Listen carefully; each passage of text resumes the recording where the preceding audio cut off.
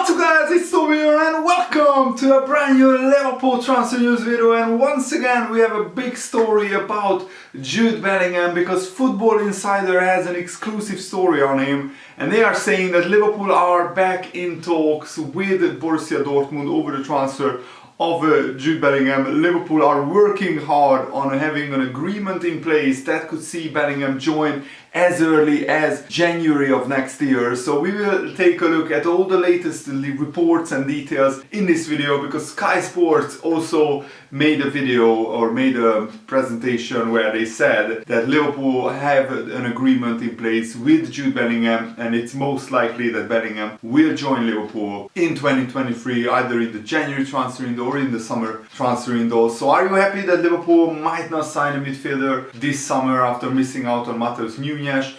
Or do you think Liverpool need to sign a midfielder regardless whether Bellingham comes in January or next summer? Let me know in the comments below. I really want to hear your thoughts and I read all your comments.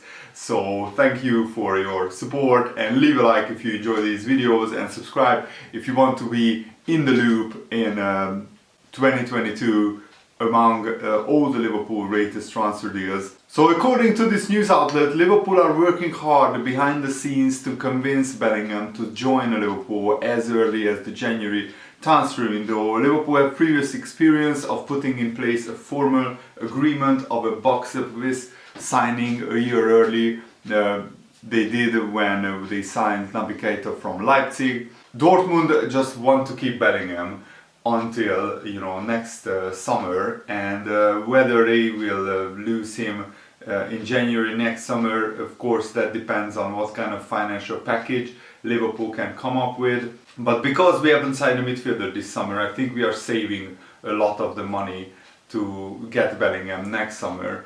Of course, Dortmund are attempting to convince Bellingham to stay at Dortmund, and they are also signing his younger brother, and they are trying to increase his salary. Bellingham had an amazing campaign, scoring 6 goals and getting 14 assists in 44 appearances last season for Borussia Dortmund, and he already is off the mark this season with a goal. His market value is around 18 million euros, but I think it would cost close to 100 million pounds if Liverpool want to sign him. His contract is valid until 2025, so even next summer he will still have 2 years left on his contract. But that's probably the perfect time for Dortmund to sell him, because if they wait 1 year longer, then Bellingham's transfer value will go down because his contract will start to run out. And also, I didn't know this, that when Bellingham transferred from Birmingham to Dortmund, it set a world record transfer fee for a 17-year-old when it happened.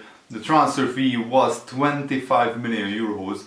And for a championship player, it's pretty amazing, and it shows what a huge talent Bellingham is. He's only still 19 years old. That's absolutely mind-blowing, and he's very, very reliable, not injury prone at all. He played minimum 44 games in each of his 3 seasons as a professional footballer, which is really, really awesome and really impressive. And he already played 15 times for the England national team. He won the German Cup with Borussia Dortmund. But imagine how many England caps he could get and how many amazing seasons he could have, because he started out at like 17 years old when he went to Dortmund, and he's already an awesome player and he will only get better. David Kent, another reporter, is also saying that Liverpool are back in talks over Jude Bellingham after the Matheus Nunes deal collapsed. The club have an agreement for him to come in 2023, but Liverpool want him this summer, but the player and Dortmund want him to stay, so probably Liverpool will have to wait until the January transfer window next summer to get Jude Bellingham. And Anfield Central is reporting that Liverpool will sign 2 or 3 midfielders as part of the 2023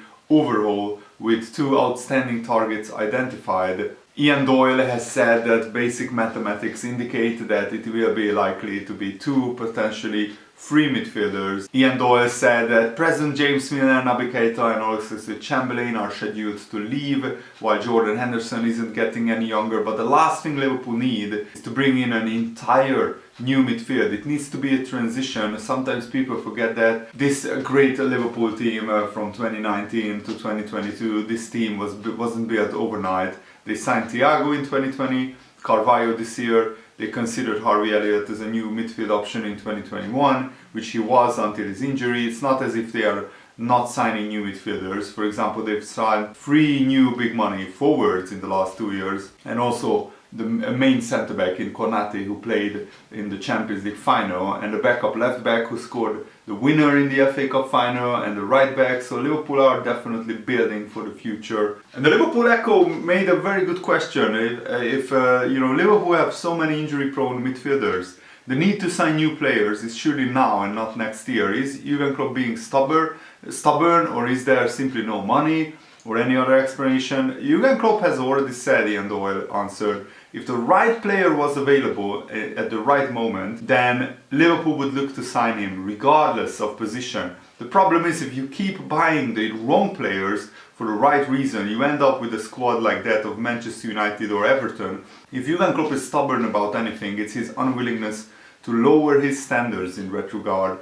Given where Liverpool were 7 years ago compared to now, I'm always surprised more people don't give the recruitment team more credit and more leeway. They have earned the credit, surely. Jurgen Klopp would no doubt like to sign 10 midfielders just in case, but it doesn't work like that. He knows the situation. Liverpool aren't Man City or Newcastle or Man United or Chelsea. They can't spend unlimited amounts of money.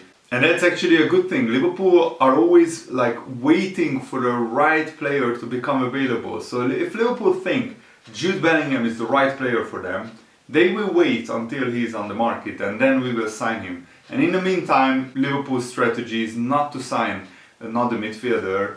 It's a big question whether that will backfire this season or not, because of so many injury-prone midfielders that Liverpool have. But Bellingham will be a long-term solution. He's not injury-prone, and he's an awesome player, and he will only get better under Jurgen Klopp. So it looks like Darwin Núñez's ban will only be 3 games and not 4, so he will be back for the Merseyside derby, which is an awesome game to come back for.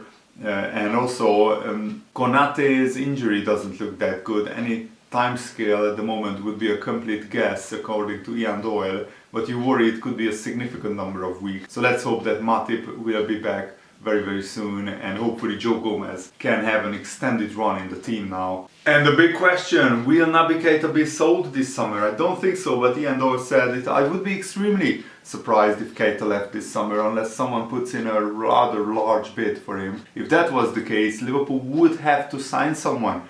But it won't be easy, as it's quite late in the window and the standard they need is so high. The selling club would have to quickly find a replacement or simply take the hit, a bit like a chain when buying a house, really. I still think Keita has a part to play this season if he really wants to. He has actually only missed 2, potentially 3 games during 2022 due injury or illness. And with 5 substitutions allowed, Keita will get plenty of minutes. I wouldn't be surprised if he started against Man United, for example. I've previously written he can help unlock Darwin Núñez's pace and willingness to run in off the shoulders of the defenders. So at the moment it doesn't look like Naby Keita will leave Liverpool, but let's wait and see. I really hope that Naby Keita won't get more upset. And David Ornstein also said, I think Liverpool will be one of the teams in the frame for Jude Bellingham, obviously, and absolutely. You see the look on Jurgen Klopp's face when he's talking about Jude Bellingham. He's a top player and Jurgen Klopp is a big fan of him. And we already talked about Jude Bellingham's connections with Liverpool, so let's wait and see. But that's the latest update on the Jude Bellingham transfer saga, and I really hope that you guys appreciate me getting all the latest news, latest information about him to you guys. And I love this story. Jurgen Klopp was listening to TalkSport and he almost called in to criticize Gabby Agbonlahor, who was a pretty average Premier League player, yet he was very, very harsh on Man United. Some of his criticism, of course, was justified, but Jurgen Klopp, even though he is a Liverpool manager, he was actually furious with what Gabby Agbonlahor said. And this is what Jurgen Klopp said, I love this. It was obviously not a nice week for Man United after Brentford game.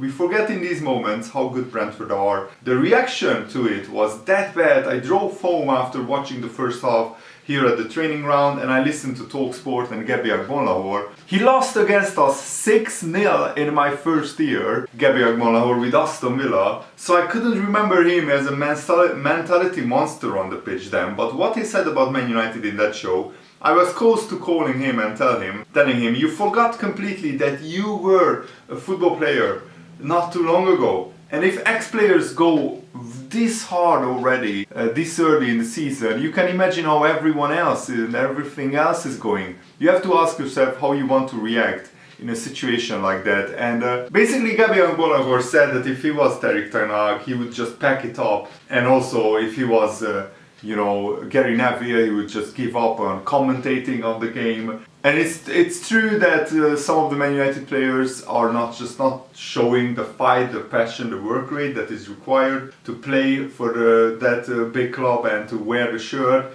and they look like strangers on the pitch. But Jurgen Klopp actually countered and he said that Man United have a lot of quality and Liverpool would actually prefer to play Man United after they have won 5-0. And Liverpool drew 2 games, so that's also a pretty bad start. Is it worse than Man United? I don't know, Jurgen Klopp said that, probably not. But still, if Liverpool lose to Man United, then it will be the worst start imaginable during the season. They like to play out the back, you can play out from the back, you can see and feel the high press idea, but we were not ready for our game in pre-season when we played Man United and lost 4-0. The quality they have up front is ridiculous. This is Jurgen Klopp's words on Man United. The quality in midfield, whoever lines up, whether it's Eriksen, Fernandes, Van de Beek, Fred, McTominay. Donny van der Beek is a really good player, Jurgen Klopp said. You have to rebuild and change a lot of things, and that's not easy. So I really like this, that Jurgen Klopp is actually standing up to some of these pundits.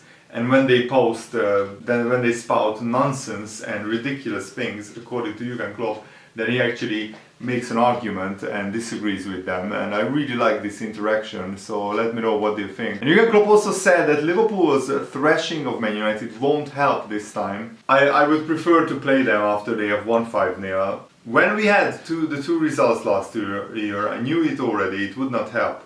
For next year, I could not be less interested in the results from last year. Different games, different situations. It just helps Man United, if possible, to be more motivated. I mean, when you lose 5-0 and 4-0 to a team the previous year, then you really want to put it right and you really want to put everything you have into this game. So you beat Liverpool. This is a completely different game. It is obvious he wants to play from the back. But when we played them in pre-season, you could see and feel the high press of their team. We were for sure not ready for that game. That's how it is. They use them really well. The individual quality of Man United is ridiculous. The whole world will be watching and they will see how these two heavyweights deal with the situation. And I would watch it if I was a fan. So yeah, the Man United Liverpool game is really intriguing. Both teams had bad starts to the season. And only one team can win it, so Liverpool hopefully can put their best game on the pitch, because then I think we will be too good for Man United. But at Old Trafford, even the greatest Liverpool teams sometimes struggle, so let's wait and see what happens. I'm really looking forward to the game. I really hope that you guys enjoyed this video. I had a lot of fun making it. Thanks for watching, have a nice day, see you later, goodbye.